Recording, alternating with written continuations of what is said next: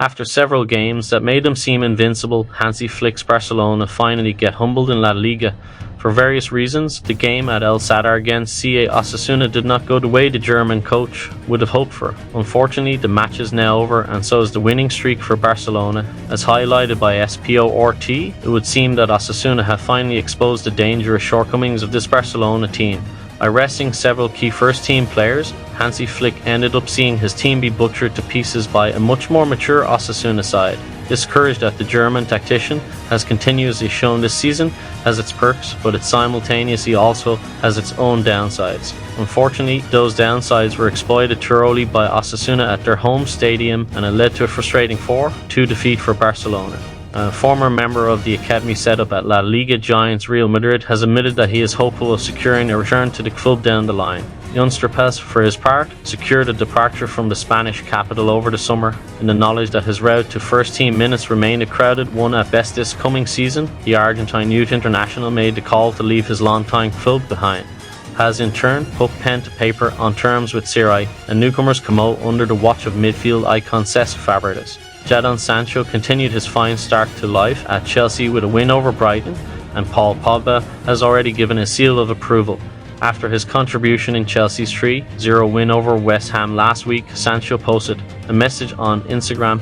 It read, "Solid performance from the boys. Have a great weekend, Blues." Ex-United teammate Pogba, who left the club in 2022 and is currently serving a 4-year ban after testing posted for doping, praised Sancho.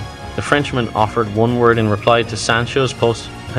The final of next year's expanded Club World Cup will be held at MetLife Stadium in New Jersey. FIFA President Gianni Infantino announced on Saturday a total of 12 venues will be used for the tournament, with only 2 of them on the West Coast. The Rose Bowl in Pasadena near Los Angeles and Lumen Field in Seattle. The tournament is taking place at the same time as the regional CONCACAF Gold Cup, which will be held mainly on the West Coast. Pedri was given the opportunity to captain Barcelona, but unfortunately it didn't result in a positive outcome. Speaking after the match, Pedri acknowledged that the team didn't start well, and by the time they found their footing in the second half, it was too late. Despite playing with more intensity after the break and creating more chances, Osasuna's counter-attacks proved too much for Barcelona to handle. We weren't good in the first half, we didn't start the game well, and the second goal penalised us. In the second half, we went out to play more, we deserved more, but they hurt us on the counter-attack, said the captain, as quoted by Mundo Deportivo. Lionel Messi grabbed the equaliser as a misfiring Inter Miami were held to a 1-1 draw at home against Charlotte FC in Major League Soccer on Saturday. Elsewhere, the Seattle Sounders, Houston Dynamo, New York Red Bulls, New York City, LAFC and Orlando City all secured their places in the playoffs, despite the setback of a third straight draw. Miami, already assured of a place in the playoffs, remain top of the Eastern Conference and the Supporter Shield regular season standings.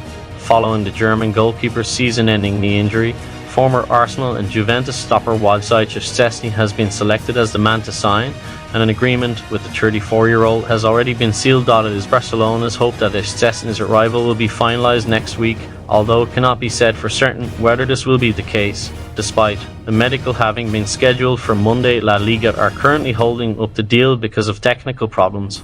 According to Sport, Barcelona are trying to push the operation through. They have asked La Liga to activate Article 77, which would allow 80% of Ter Stegen's salary to be used to register as Szczesny.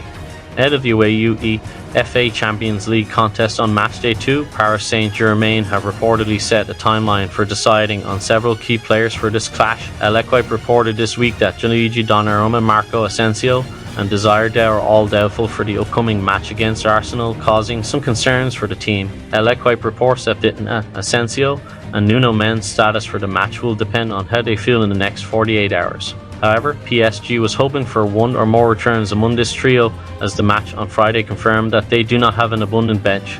Arne Slot has allayed fears over Andy Robertson's fitness following the Liverpool defender's substitution in the latter stages of their gritty 2-1 triumph at Wolves on Saturday.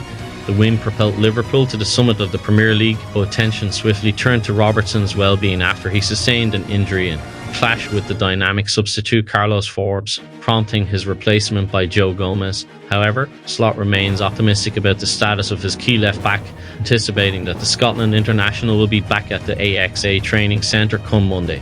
It would seem that the issues at FC Barcelona continue to multiply in a rather unorthodox way. For most clubs, the more that time passes, the easier it is to reflect on their issues and sort them out. At Barcelona, however, it would seem that the team is currently facing new challenges every time they step onto the pitch. That forward, as pointed out by Mundo Deportivo, would be none other than Ansu Fati. The young 21-year-old forward looked poised to enter this game near the final minutes and possibly try his own luck at helping Barcelona come back into the game, but ended up not coming on at all.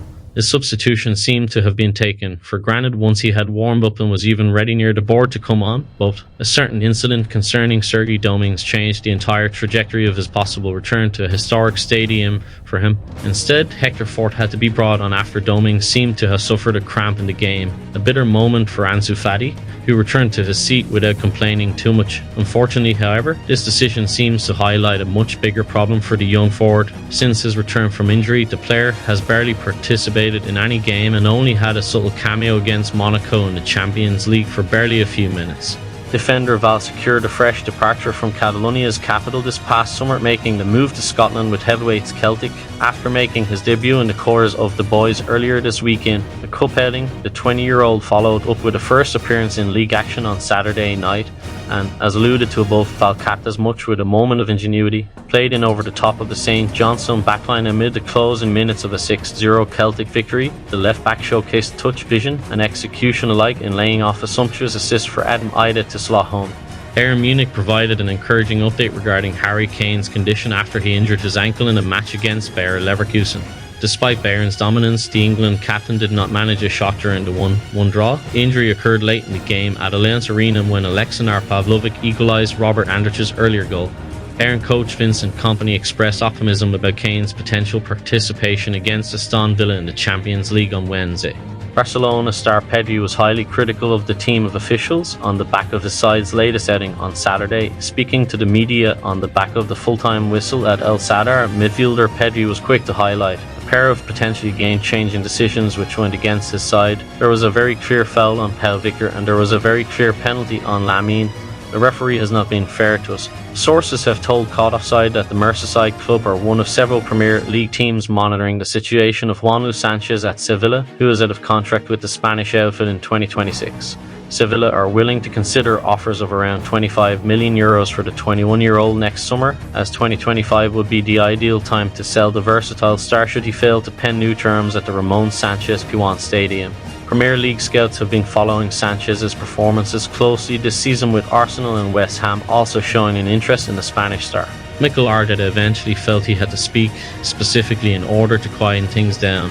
You couldn't have a clearer indication of how the Manchester City-Arsenal tensions had reached a peak after all, and Pep Guardiola himself willingly bringing up the 115 charges. Some City officials had previously bristled at the media or anyone else mentioning the prospect of the club being punished, and yet here was their most important football figure putting it front and centre of the week's biggest story.